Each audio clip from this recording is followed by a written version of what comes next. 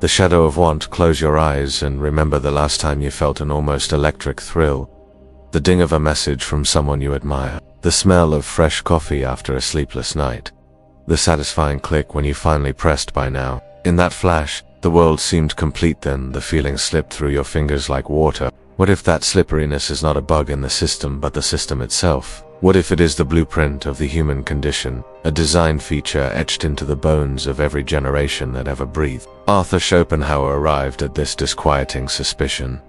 While Europe cheered the Enlightenment, universities toasted infinite progress. Factories hammered steel into promises. Philosophers drafted charters for utopias still unborn. Schopenhauer paced the cobblestones of Dresden and Frankfurt at dusk, umbrella tucked under one arm, noting that the poor were still hungry, the rich were still restless, and every newspaper headline crowed the dawn of reason while soldiers marched off to yet another border. Progress, he said, was a costume change, not a change of heart. He named the slow leak the will.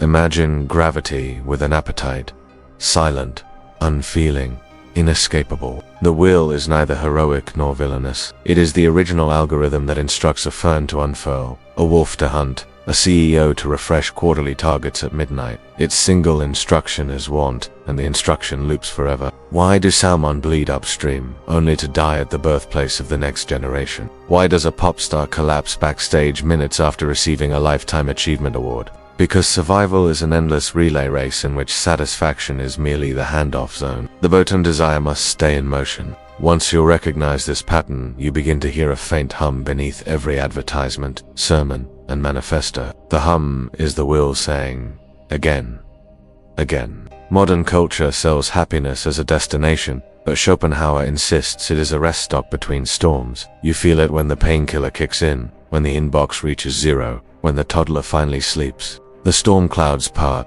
sunlight warms your face, and for one delicate heartbeat you think, I could live here. Then the next cloud drifts across the sun and you realize the sky was never yours to control. Picture life as a pendulum slung between two weights.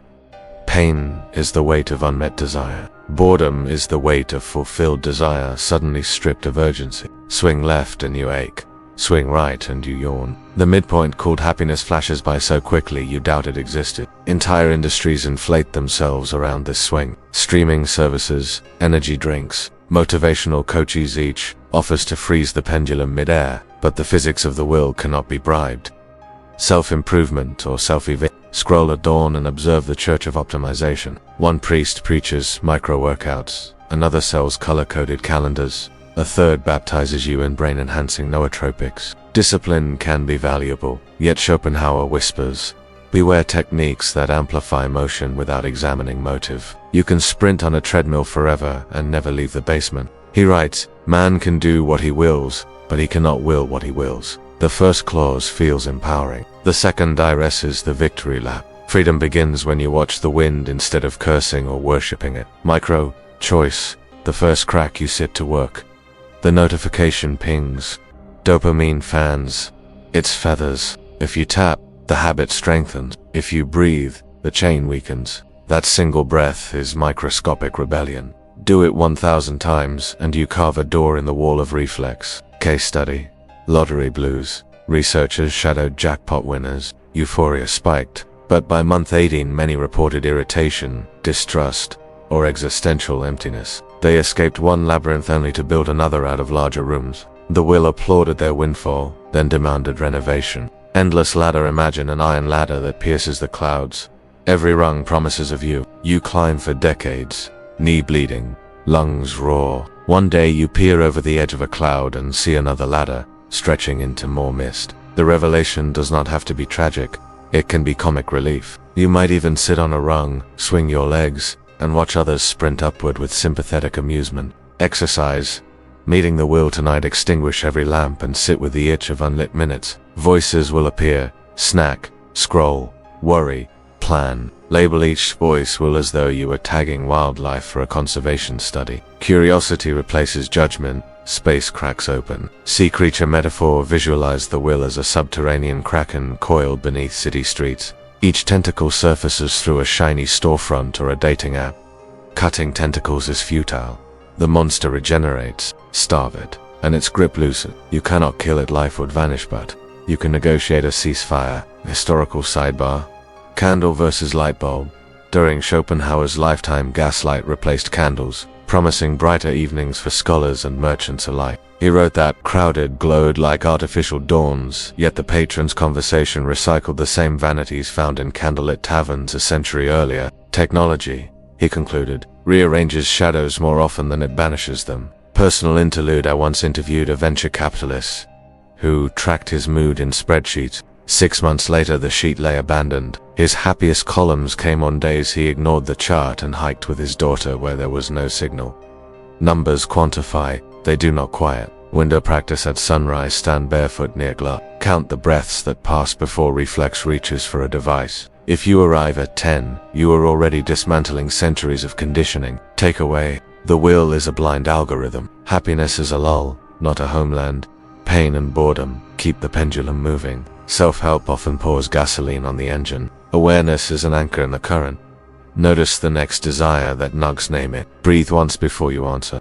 Love, loneliness, and the quiet revolt you have named the beast the will, but naming a storm does not calm the ocean. Now watch the will don 3 flawless disguises.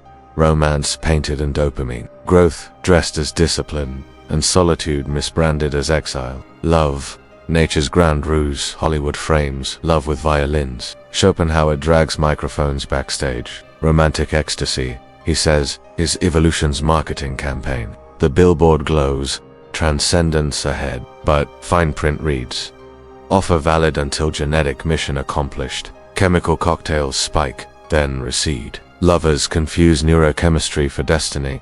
Wedding halls profit, divorce courts inherit the cleanup. Example: Maya, gentle accountant, meets Leah, tempestuous guitarist. By winter, Leo's absences become rumors. Maya whispers, "We have a connection." Connection is often code for unfinished childhood homework disguised as attraction. Recognize the fog and you may choose partnership with sober eyes. Growth, desire, in gym clothes. The gym, the course, the incubator, or promise metamorphosis. Posters trumpet become your future self. Yet, if the seed of effort is shame, the fruit is exhaustion. 2 runners keep identical pace.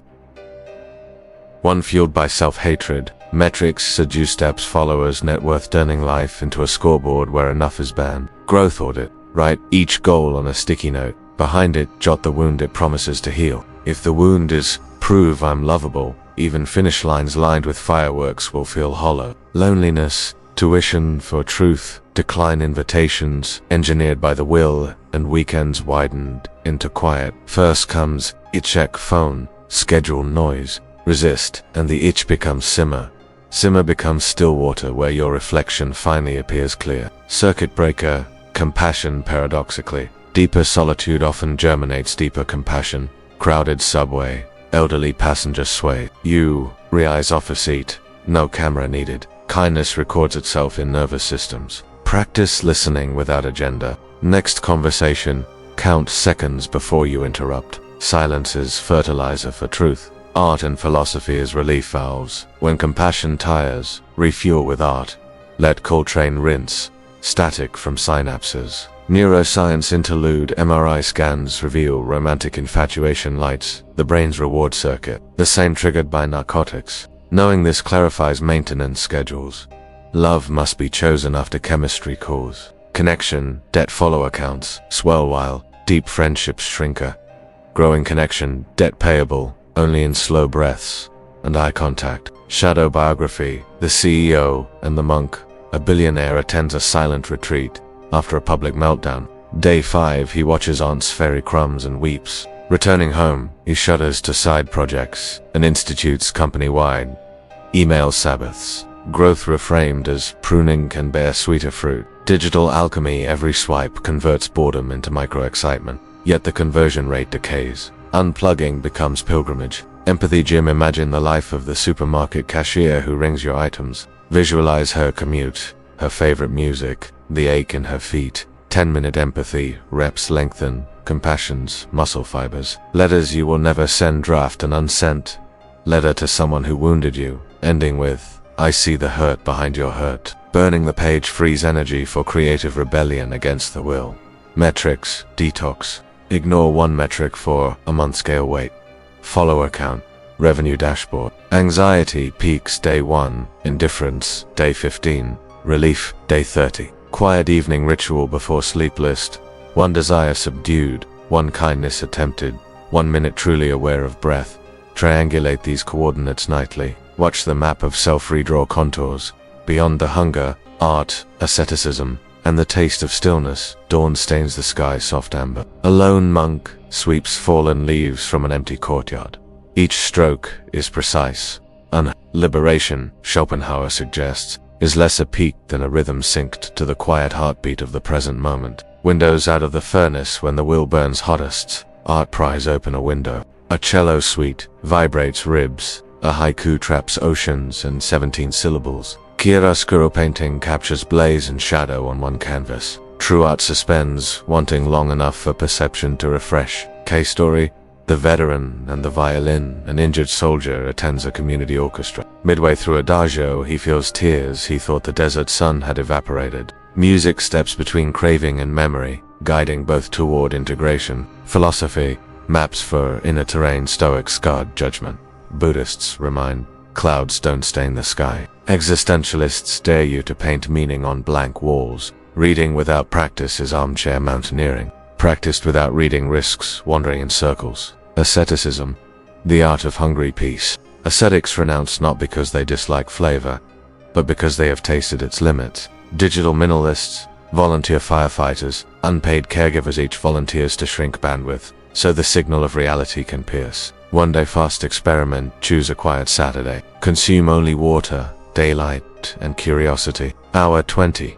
A serene plateau where thoughts stroll instead of stampede. Break fast with gratitude. Note the flavor of a single olive as if you had never met salt. Quiet self-detach consistently and another self surfaces, call it witness. It watches steam curl from tea and counts it among miracles. From this perch, success and failure appear as weather, unpredictable yet freedom redefined. Modern gospel says freedom equals infinite options. Schopenhauer retorts that freedom is fewer addictions. A person satisfied with simple bread frightens empires built on upselling pastries. Integration checklist on 5 breaths before the first sentence forms. Noon. 1 sensory. Dusk. Record a moment of letting go a thought unspoken. A potter chases the perfect glaze for decades. Hercule cracks. She shifts to lower heat. Colors bloom unpredictably. Critics cheer. She laughs because the true prize is kneading clay without scoreboard. Music and neuroscience. Complex music activates the default mode network while calming limbic alarms. Symphonies let you daydream without drowning in desire. Bookshelf discipline. Collecting self-help is hobby. Confronting original texts is discipline. Heavy tomes build cognitive muscle that holds paradox without panic. Presence over legacy. The will hacks mortality, fear, urging monuments. Presence, however, can travel mouth to mouth for centuries, as folklore of kindness anonymous in origin. Detachment misunderstood. Letting go is not apathy. It is affectionate realism. Food tastes brighter when not gulped. Friendships bloom when not owned. 2 arrows. Parable Buddhist teaching speaks of 2 arrows. Inevitable pain and optional suffering layered by resistance. The will fires the first. Awareness disarms the archer before the second shot. Expanded meditation. Listening to dust lie on a wooden floor 10 minutes. Watching dust motes spin in sun shafts. Scale shifts. Deadlines shrink to weather fronts. Historical sidebar. The Desert Fathers. 3rd century hermits fled Alexandria's chatter for Egyptian sands. Diaries record ongoing wrestling with inner appetites. Even saints struggle. Victory is persistence, not perfection. Economy of enough double deliberate breaths per day. Consumer impulses decline as oxygen displaces advertising. Ascetic buffet. Try no by month for clothes. Donate savings to a library. Subtract craving. Add collective literacy. Poetic interlude. Imagine silence as ink. Your next thought. Each pause thickens pigment. Letting go widens canvas. Question constellation. Which possessions enter a fireproof vault? Which ideas would you teach a child in one afternoon? Which regrets still whisper at midnight? Legacy ministorian. Anonymous donor funds. Park benches. Citywide. Plaques. Read only. Rest. Strangers meet. Comfort. Fall in love. Gesture echo sufficed. Integration journal prompts 1. Describe the instant craving becomes action. 2. List 5 free experiences that outshine paid ones. 3. Rewrite a recent complaint as an unmet need. Decide if need is negotiable. May your wants soften into preferences. May your preferences float like lanterns above the river of time, illuminating yet never obstructing its flow. If the will is a river, you have learned to wade without being swept. Some mornings you will stumble, water will soak sleeves. Step back onto the bank, wring fabric in sunlight, begin again. Freedom is not dry clothes. Freedom is knowing wetness cannot dissolve the soul.